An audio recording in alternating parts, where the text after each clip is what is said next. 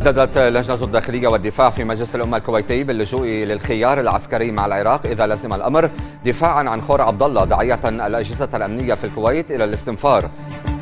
عراقي مقصر من قال لا الصباح،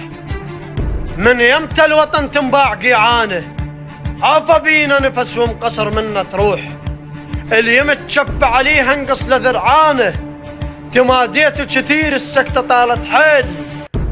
ومن بعد الهدوء العاصفة جفانه، وحق عست العراق انهد عليك جيوش ونبوخذ نصر وقلقامش ويانه،